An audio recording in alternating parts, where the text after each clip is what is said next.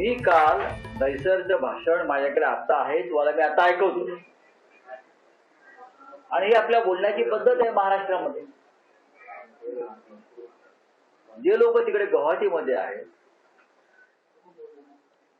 उनका जमीर मर गया है, त्यांचा आत्मा मेला है, सिर्फ अभी उनका बॉडी बचा है, जिंदा है. क्षण माझ्याकडे आता आहे, तुम्हाला मी आता ऐकवतो. आणि ही आपल्या बोलण्याची पद्धत आहे महाराष्ट्रामध्ये. जे लोक तिकडे गुवाहाटीमध्ये आहेत, उनका जमीर मर गया है, त्यांचा आत्मा मेला है, सिर्फ अभी उनका बॉडी बचा है, जिंदा है. जिंदा लाशें, ये तो शब्द हमारे हिंदी मराठी भाषा में है. तो यहाँ तो उनकी सिर्फ बॉडी आ जाएगी, आत्मा कहाँ है? उनका आत्मा मर चुका है. या अगर मैं कहा है, अगर हे जर मी बोललेलो असेल तर त्याच्यामध्ये एवढं मनाला लावून घ्यायचं कारण काय आहे? आणि ते खरं आहे. तुम्ही समजून घेत नाही. मी म्हणे बाप काढला. आत्ताच मी एक भाषण, अभी मैंने एक भाषण ट्वीट किया गुलाबराव पाटिल का, आप देख लीजिए. वो खुद बोल रहा है बाप बदलने की भाषा. जो लोग बाप बदलते हैं उस बारे में उसने जो एक वक्तव्य किया है वो बहुत ही मार्गदर्शक है.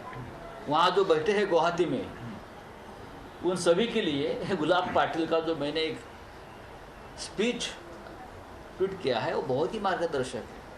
कैसे कैसे लोग अपना बाप बदल लेते हैं, बेईमान होते हैं, पार्टी में खाते हैं पीते हैं बड़े होते हैं और अपना बाप बदल लेते हैं. हम बाप बदलने वाले में से नहीं है. ये भाषा गुलाबराव पाटिल की है, हमारी नहीं है. और फिर एक बार मैं कहता हूँ, जो लोग 40-40 साल से पार्टी में रहते हैं और भाग जाते हैं, उनका ज़मीर मर गया, आत्मा मर गया है, तो क्या बचता है? जिंदा लाश.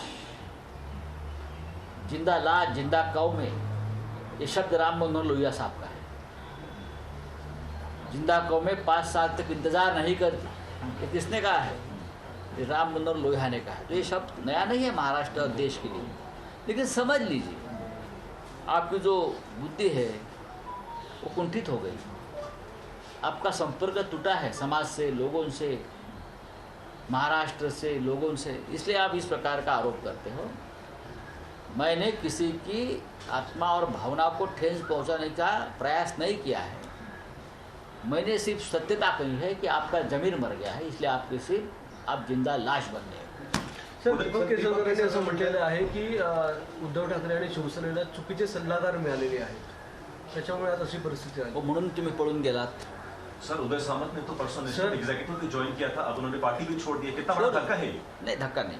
आदित्य ठाकरे करीबी माने जाते हैं. ये सबके करीबी थे. दीपक केसरकर हमारे करीबी है, उदय सामंत हमारे करीबी है, वहाँ बैठा हुआ हर व्यक्ति हमारा करीबी है. एकनाथ शिंदे हमारे सबसे ज़्यादा करीबी है.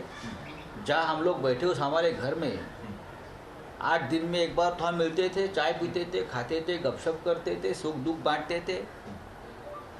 सभी करीबी है. एकनाथ शिंदे आज भी हमारे करीबी है.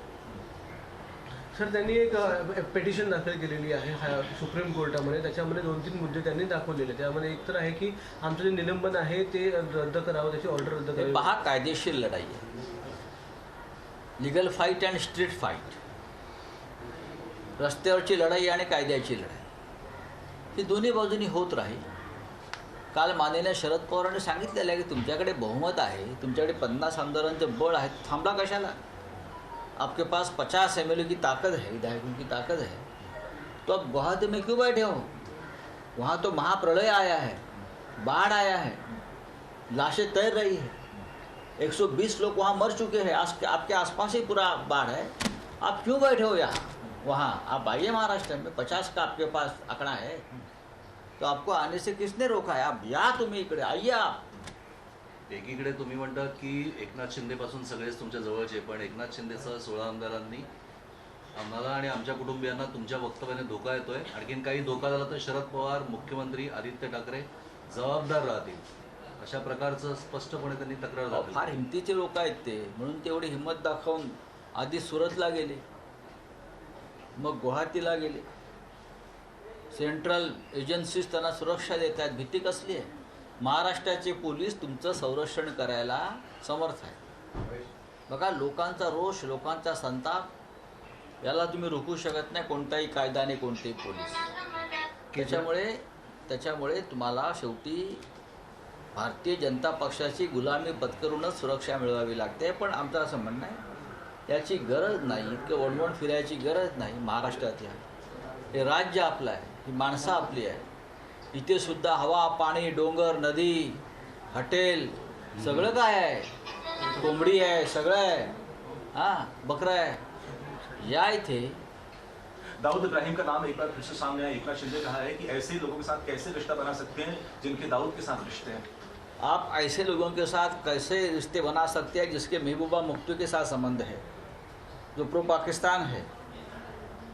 हाँ, आप ऐसे लोगों के साथ कैसे संबंध रख सकते हैं जो पुलवामा में 300 किलो RDX रखा, 40 जवानों की हत्या हुई, और आप RDX किसने रखा ये आपको पता नहीं है. ये सरकार को ऐसे लोगों के साथ आप रिश्ता रखते हैं. दाऊद की बात बाद में करें. सर, जे उदय सामंत आपल्या बरोबर होते इतके दिवस, ते देखील काल गेलेले आहे. आपल्याला म्हणजे त्यांच्या घराच्या बाहेर सिक्युरिटी असून देखील ते निघून गेले आणि ठीक आहे. त्यांच्यावर बघा, प्रत्येकाची मर्जी, प्रत्येकाची इच्छा. जसं मगाशी म्हटलं की प्रत्येकाचा आत्मा जर मेला असेल, यांच्याकडून कशा निष्ठेच्या आम्ही अपेक्षा करायच्या. जर एकनाथ शिंदेसारखा माणूस ज्याने आयुष्य शिवसेनेमध्ये काढलं आमच्याबरोबर, त्यांना जावं असं वाटलं तर इतरांना कशा करता दोष द्यायचा. तर मला वाटतं की काही लोकांना जबरदस्तीनं जे डांबून ठेवलं आहे ते परत येते. अजूनही आमची अपेक्षा आहे की ते परत येते, त्यांचा आत्मा जिवंत होईल आणि ते म्हणजे मगाशी म्हणालो की वापस एक बार जिंदा हो जाएंगे वो लोग. काही दिवसापूर्वी तुम्ही हे वक्तव्य केलं होतं की म्हणजे त्यांच्याबद्दलच की जे तुम्ही परत या, मुख्यमंत्र्यांशी बोला, तुमच्या काही अडचणी आहेत त्यांना मांडू, नंतर काही विचार वेगळा करायचा असेल तर तोही करता येईल. त्यावर तुम्ही आजही ठाम आहात? नक्कीच, नक्कीच. शेवटी ते सगळे आमचे लोक आहेत. आम्ही अनेक वर्ष एकत्र काम केलेलं आहे. उद्धव ठाकरे, त्यांच्या आधी बाळासाहेब ठाकरे, या सगळ्यांनी त्यांना एका ममतेनं सांभाळलेलं आहे.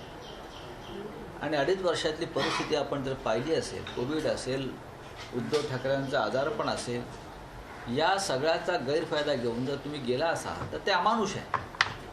महाराष्ट्राला हे पटणारं नाही. आणि आपण जर लोकांमध्ये जाल किंवा केंद्रीय सुरक्षा यंत्रणा आणि ED आणि CBI तुम्हाला मतं मिळवून देणार नाही, हे लक्षात घ्या. मतं जनता देते, जी आज रस्त्यावर उतरलेली आहे. हो, पण महाविकास आघाडीमध्ये राहण्यास ते इच्छुक नाही असं त्यांचं वारंवार म्हणणं आहे. तर त्या विचारावर सुद्धा भारतीय जनता पक्ष जर महबूबा मुफ्तीबरोबर राहू शकते, सरकार बनवू शकते, तर महाविकास आघाडीत तर या राज्यातल्या मातीतले पक्ष आहेत सगळे. आणि जर कोणी असं म्हणत असेल आम्ही हिंदुत्व सोडलं, एक उदाहरण दाखवावं की शिवसेनेनं किंवा माननीय उद्धव ठाकरेंनी हिंदुत्वाशी प्रतारणा केली. मला तुम्ही एक उदाहरण दाखवावं की या विषयावरती आम्ही हिंदुत्वाशी प्रतारणा केली. किंबहुना आज काश्मीरमध्ये काय चाललं आहे, काय पंडितांचं पलायन आहे, कसे पंडित मारले जात आहे, कशी पाकिस्तानची घुसखोरी सुरू आहे. चीनमध्ये गलवान व्हॅलीपर्यंत, लडाखपर्यंत किती चीनी सैन्य घुसलेलं आहे. हे का हिंदुत्वाचं लक्षण आहे का? हे जरा समजून घ्या. दरवाजे उघडा, गुवाहाटीचे जे हॉटेल आहे खिडक्या उघडा, दरवाजे उघडा, वृत्तपत्र आत येऊ द्या, TV चॅनल सुरू करा. बधिरतेमध्ये राहू नका. ही बधिरता कशामुळे आली हे आम्हाला माहिती आहे. शिंदे गटासमोर उद्धव जी के साथ इस वक्त है, क्योंकि कहा जा रहा था मेंबर ऑफ पार्लियामेंट के साथ भी एकनाथ शिंदे का कैंप संपर्क साध रहा है. देखिए, बहुत से मेंबर ऑफ पार्लियामेंट से वो लोग संपर्क कर रहे हैं सांसदों से. करने दीजिए. हमसे भी संपर्क है, हमसे भी संपर्क होता है, हमसे भी बातचीत होती है कि आप क्यों इतना करते हो पार्टी के लिए, आपको क्या मिला. मतलब हमको सब कुछ मिला है, पार्टी ने हमको क्या नहीं दिया है. आप जो संजय राउत यहाँ बैठा है वो शिवसेना की देन है, बाला साहब ठाकरे की देन है. आप सब लोग शिवसेना की देन है. हम लोग मर जाएंगे लेकिन पार्टी नहीं छोड़ेंगे. अभी वो भाषा है, हम मर जाएंगे हिंदुत्व के लिए. 50 साल में, 40 साल में हिंदुत्व के लिए कौन मरा है उसको इतिहास गवाह है. छोड़ दीजिए. सर, 3 जुलैला आमदार मुंबईत येणार असं माहिती कधी? मिळाली का? कधी? 3 जुलै. तर मला माहीत नाही त्यांची तिकीटं काय आहेत. काय कुठे उतरणार आहे, येऊ द्या. आम्ही त्यांना थांबवलं आहे का? उलट त्यांनी महाराष्ट्रात यावं, मुंबईत यावं, इकडे येऊन मोकळा हवेत श्वास घ्यावा. आजूबाजूला जे काय घेराव पडलेला आहे भारतीय जनता पक्षाच्या लोकांचा, तो दूर करावा. आजच मी वृत्त वाचलं आहे की काल म्हणे अमित शहा यांनी बंडखोर आमदारांशी संवाद साधला आणि आमदारामध्ये नवचैतन्य उसळलं. फार इंटरेस्टिंग बातमी आहे. सर, आणखी अशी पण बातमी आहे की बंडखोर आमदारांचं संयमाचं सूचक चालय, अंतर्गत वादावादी सुरू झाली आहे. माझ्याकडे त्याविषयी माहीत नाही. मी आता काही वक्तव्य केलं तर परत संजय राऊत बोलतायत असं बोलतील. पण सर, गेलेली संख्या शिंदे खूप गटासमोर- मोठी आहे, जवळपास 50 आहे, पण कारवाई फक्त 16-17 लोकांवरच का? 52 गेले तरी हरकत नाही, पण जाणार नाही. हो, पण कारवाई फक्त 16 जणांवरच का? आता काही कायदेशीर प्रक्रिया असतात, त्यानुसार या गोष्टी करायच्या असतात. त्याच्याविषयी माझ्याकडे माहिती नाही. आमचे कायदेशीर बाजू सांभाळणारे श्री अनिल देसाई, अनिल परब, अरविंद सावंत आहे. सर, एक असा देखील प्रश्न आहे की शिंदे गटासमोर मनसेचा देखील पर्याय आहे आणि एकनाथ शिंदे आणि राज ठाकरे यांच्यामध्ये चर्चा झाली अशी ते देखील MIM मध्ये सुद्धा जाऊ शकतात. त्यांना कुठेतरी विलीन व्हावं लागेल. ते समाजवादी पार्टीत जाऊ शकतात, बरं का? ते कम्युनिस्ट पार्टीत जाऊ शकतात. मला हे पर्याय तुम्ही सांगताय, हे माझ्या तोंडी घालू नका. पर्याय जर त्यांना आपल्या आमदारक्या वाचवायच्या असतील तर ते अशा पक्षात जाऊ शकतात. पण ज्या शिवसेनेनं त्यांना जन्म दिला, ज्या शिवसेनेनं त्यांचा पाळणा हलवला, ज्या शिवसेनेनं त्यांना सगळं काही दिलं आणि उभं केलं आयुष्यात, त्या शिवसेनेचा द्वेष करून ते अशा एखाद्या पक्षात जायचा विचार करत असतील तरी महाराष्ट्राची माती त्यांना माफ करणार. तुमच्या तोंडून भाजपचं नाव निघतं, तुमच्या तोंडून प्रहार बच्चू कडूंच्या माझं पक्षाचं नाव निघतं. निघालंय माझ्याकडून. नाही, म्हणजे की कोणत्या पक्षात ते जाऊ शकतील. आता MIMचंही तुम्ही बोललेत, मनसे कधी निघत नाही. म्हणजे जावं ना त्याने, कुठल्याही पक्षात जावं. मनसेला जर मुख्यमंत्रीपद मिळणार असेल अशा पद्धतीनं तर ऐतिहासिक गोष्ट घडली. तुमचे भाऊ सुनील राऊत यांच्याबद्दल सुद्धा प्रचंड काल वावडी वेगळ्या प्रकारची उठली होती, वावडी की उठली होती ते- का ते सुनील चाललंय राऊत म्हणून. पुढे आहेत. पाहिलं तुम्ही आता ना, हो हो, आता आहे. माझ्याबरोबरच तेच सगळं मोर्चा सांभाळतायत, तेच सांभाळतायत मोर्चा. नाही, माहिती अशी समजली होती की सुनील राऊत तिथे जाऊ शकता, अशी वावडी जरी असली तरी कदाचित त्यांना तिथे वेगळ्या कारणासाठी तुम्ही पाठवू शकतात.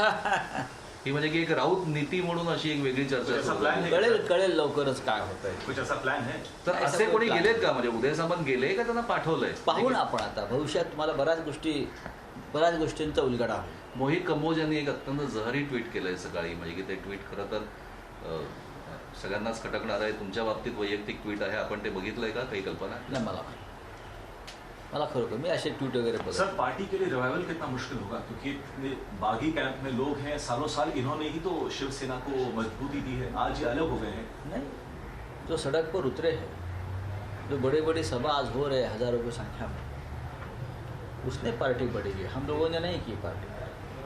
बाला साहब ठाकरे हमेशा कहते थे मैं क्या हूँ, ये सामने बैठे हजारों लाखों शिवसैनिक मेरे, उनकी वजह से पार्टी और उनकी वजह से मैं शिवसेना प्रमुख हूँ, उनकी वजह से आप सब लोग नेता है, सांसद और विधायक. ठीक आहे, चलिए धन्यवाद. सर, दीपक केसरकर म्हणाले संख्याबळ असून सुद्धा आम्ही महाराष्ट्र औरंगाबादचं नाव बदलू शकले नाही, हे शिवसेना मान्य. ठीक आहे. आता तुम्ही ज्यांच्या गराडात बसलेला आहात त्यांच्याकडनं काम करून घेऊ आम्ही. राऊत साहेब, एक प्रश्न आहे. बोला. एकच चालेल. शरद पवार यांनी दिल्लीत गेल्यानंतर वेगवेगळ्या प्रकारचे वक्तव्य केले. आता एवढं तर गोष्ट क्लिअर आहे की राष्ट्रपती राजवट लागणार नाही. त्याचं कारण असं आहे की राष्ट्रपती पदाची निवडणूक आहे, महाराष्ट्रामध्ये वोटिंग पर्सेंट मोठं आहे, म्हणजे सरकारच पुन्हा स्थापन होऊ शकतं एवढं निश्चित आहे. मग महाविकास आघाडी सरकारच कायम राहील का सत्तांतर होईल? तुमचा स्वतःचा अभ्यास काय म्हणतो, कारण तुम्ही एक पत्रकार सुद्धा आहात. मला असं वाटतं की अजून या गोष्टीवरती कोणी ठामपणे काय सांगू शकत नाही. फ्लोअर ऑफ द हाऊसला जी परीक्षा होईल त्या परीक्षेमध्ये आम्ही चांगल्या प्रकारे उत्तीर्ण होऊ याची मला खात्री आहे. जसं मी म्हटलं की रोड टेस्ट आणि फ्लोअर टेस्ट दोन्हीसाठी आम्ही तयार आहोत. सुनील राऊत आणि कुठे आहेत? आहे मी आहे हां ते तुला सर, एक क्लैरिफिकेशन दे दीजिए. गंभीर आहे. चलिए. सुनीलजी या ना, एक मिनिट फक्त एक Sir, statement just द्या. one statement from या. एक या.